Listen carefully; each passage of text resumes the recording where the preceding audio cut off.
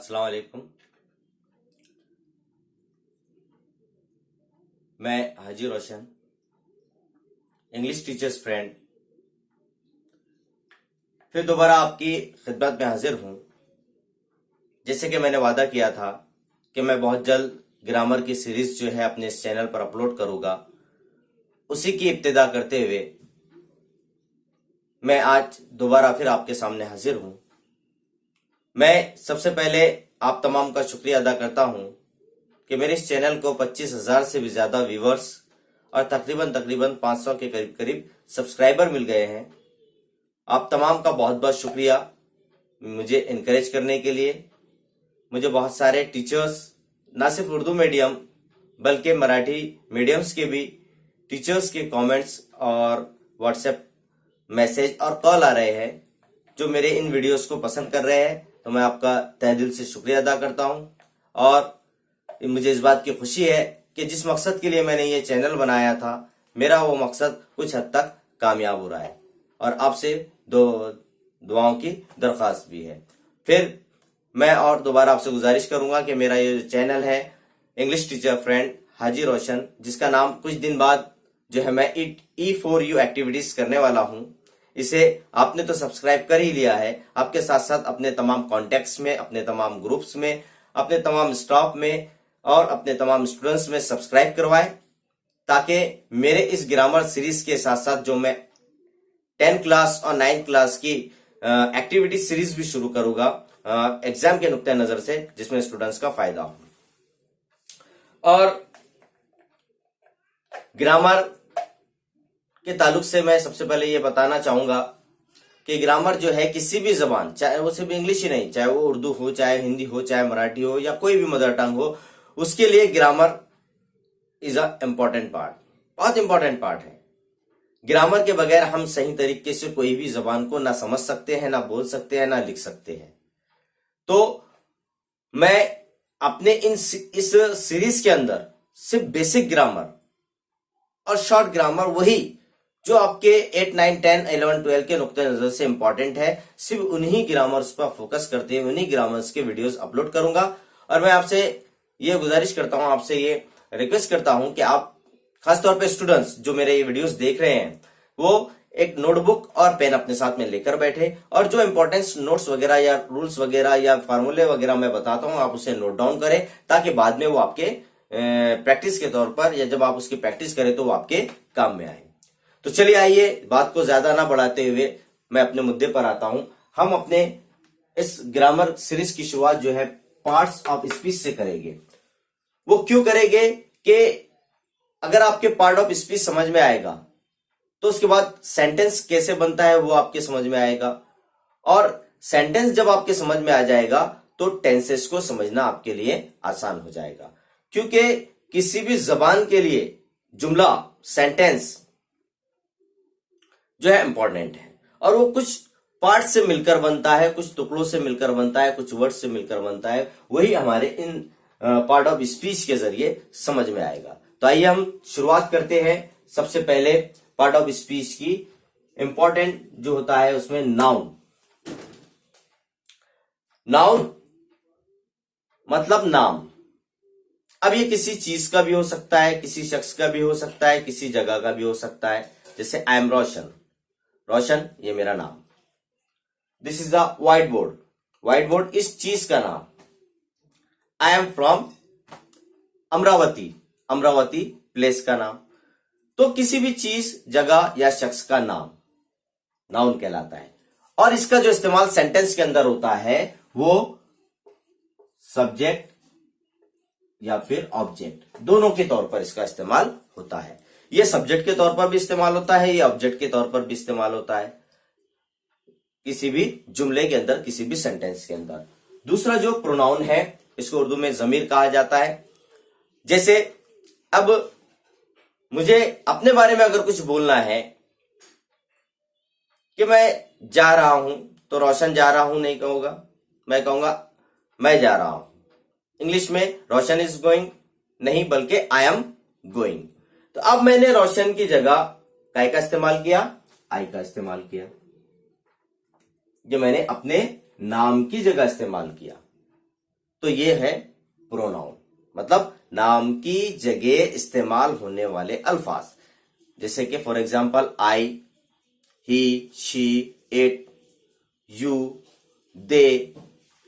तो ये तमाम जो वर्ड है ये नाम की जगह इस्तेमाल होते हैं, जिससे नाम का पता चलता है, बेजान चीज को बताना है, द, दिस, दैट, इट्स। तो ये तमाम चीजें जो है प्रोनाउन जो नाउन की जगह इस्तेमाल होते हैं, और इसका भी जो इस्तेमाल है जुमले के अंदर वो सब्जेक्ट और ऑब्जेक्ट के तौर पर होता है। तीसरा है verb. It is a very important for a sentence. Without the verb any sentence can not complete. बिना वर्ब के जुमला कंप्लीट हो ही नहीं सकता है। एक मुकम्मल जुमला जो होता है उसके समझने के लिए कि उस जुमले के अंदर क्या हो रहा है, उसके लिए वर्ब का होना जरूरी। और वर्ब मतलब क्या? वर्ब को उर्दू में कहा जाता है फेल या फिर काम। अब काम मतलब कुछ करना, कुछ करना, करने में हरकत होना, यानी ऐसे अल्फाज जिससे के मायने से कोई हरकत होती हो, जैसे कि देखना। देखना मतलब देख रहे हैं आप, हरकत कर रहे हो। बोलना, मुंह की हरकत हो रही है, आप बोल रहे हो। लिखना, हरकत हो रही है, आप लिख रहे हो। चलना, आप चल रहे हो, हरकत हो रही है। तो वर्ब मतलब मूवमेंट, हरकत, ऐसे जिसमें हरकत जाहिर हो उसे वर्ब कहते हैं, काम कहते हैं, फेल कहते हैं। और जो है इसकी अपनी खुद की मखसूस जगह होती है सेंटेंस के अंदर वर्ब की। फिर चौथा जो होता है एडजेक्टिव। एडजेक्टिव के मायने है खूबी, या फिर उसको सिफत कहा जाता है, या किसी की खासियत। अब जैसे मैं फॉर एग्जांपल बताता हूं कि rose is a very beautiful flower. गुलाब बहुत खूबसूरत जो है, तो एक खूबसूरत फूल है। गुलाब एक खूबसूरत फूल है। अब गुलाब है, लेकिन उसकी खासियत क्या है कि वो खूबसूरत है। ताजमहल बहुत खूबसूरत है। ताजमहल की खासियत क्या है कि वो खूबसूरत है। उमर बहुत शरीर है। उमर की खासियत हो गई कि वो बहुत शरीर है। अब खासियत अच्छी भी हो सकती है और बुरी भी हो सकती है। वो पढ़ाई में बहुत अच्छा है, वो पढ़ाई में बहुत डल है, तो वो उसकी खासियत हो गई। किसी चीज की हो सकती है, Mumbai is a big city, Mumbai बहुत बड़ा शहर है। मुंबई की खासियत है कि वो बड़ा है। तो किसी भी चीज की, किसी भी शख्स की, किसी भी जगह की खासियत को बयान करने वाले अल्फाज जो होते हैं वो एडजेक्टिव कहलाते हैं।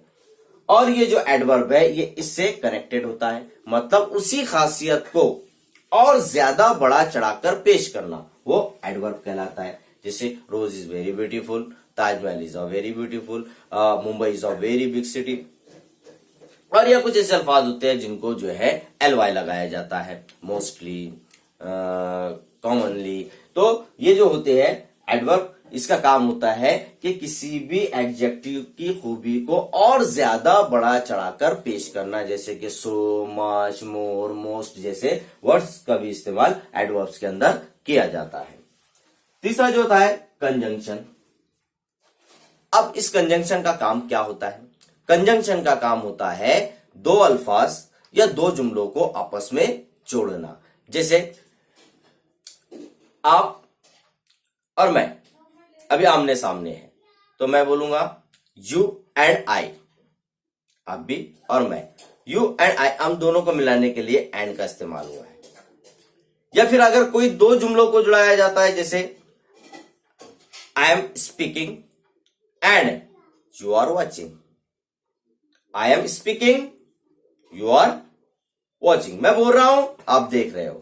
मेरा बोलना और आपका देखना, दोनों जुमलों को जो है एंड के जरिए जुड़ाया गया है। अब इसके अंदर बहुत सारे अल्फाज आते हैं, जैसे कि बट आता है, सो आता है, इफ आता है, एंड आता है। तो और बहुत सारे अल्फाज होते हैं जो दो जुमलों को जोड़ने का काम करते हैं।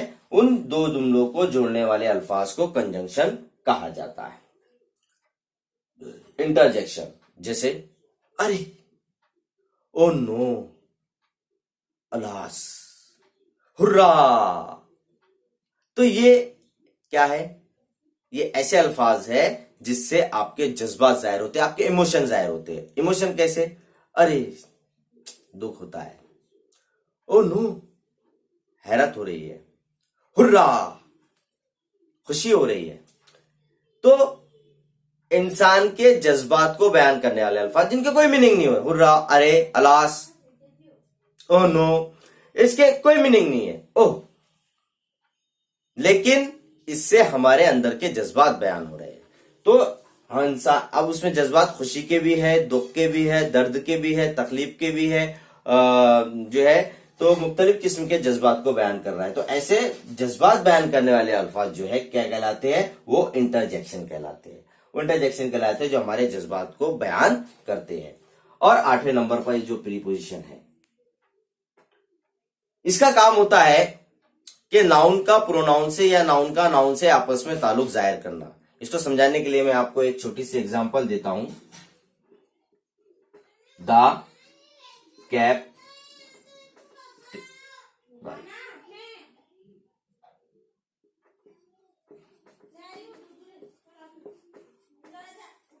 द कैप खाली जगह द टेबल। अब ये कैप और टेबल, इनका आपस में कोई ताल्लुक समझ में नहीं आ रहा है। अगर इन दोनों का आपस में कोई ताल्लुक बयान करना है कि ये कैप का टेबल से क्या ताल्लुक है, अगर हम यहां पर ऑन लगा देते हैं तो हो जाता है the cap on the table, या मतलब कि जो कैप है वो टेबल के ऊपर है। अब ये कैप का और टेबल का आपस में ताल्लुक जाहिर हो गया, और ताल्लुक जाहिर करने वाला अल्फाज है ये ऑन।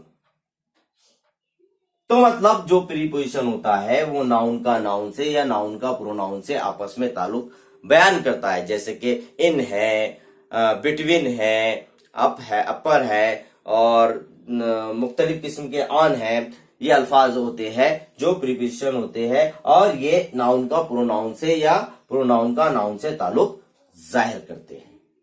तो ये पार्ट ऑफ स्पीच है जिनका इस्तेमाल एक सेंटेंस के अंदर होता है। जरूरी नहीं है कि सबके सब एक साथ में आए, लेकिन हर सेंटेंस के अंदर इन पार्ट्स का इस्तेमाल होता है जिससे एक सेंटेंस बनता है। सब्जेक्ट, उसके बाद वर्ब और ऑब्जेक्ट, इन तीनों चीजों से मिलकर सेंटेंस बनता है। तो किसी में एडजेक्टिव आता है, तो किसी में एडजेक्टिव एडवर्ब आता है, किसी में कंजंक्शन आता है, किसी में इंटरजेक्शन आता है, किसी में प्रीपोजिशन का इस्तेमाल होता है। तो ये तमाम चीजें मिलकर जो है एक सेंटेंस बनता है। और वो सेंटेंस कौन से जमाने का है ये बयान करने के लिए उसके साथ में हेल्पिंग वर्ब आता है, जो हम टेंसेस में देखेंगे। इसके बाद में जो है हम आगे जब टेंसेस पढ़ेंगे तो उस वक्त में हम देखेंगे कि हेल्पिंग वर्ब होता है, उससे कैसे जमानों का पता चलता है।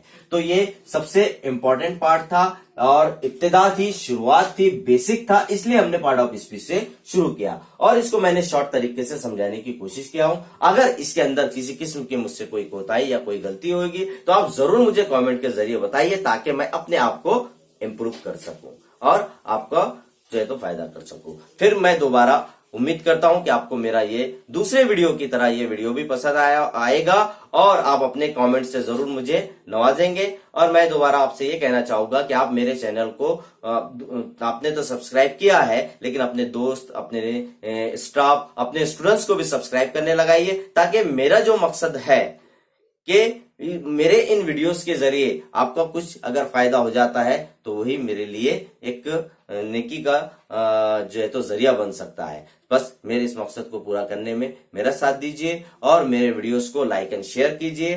Thank you, good bye.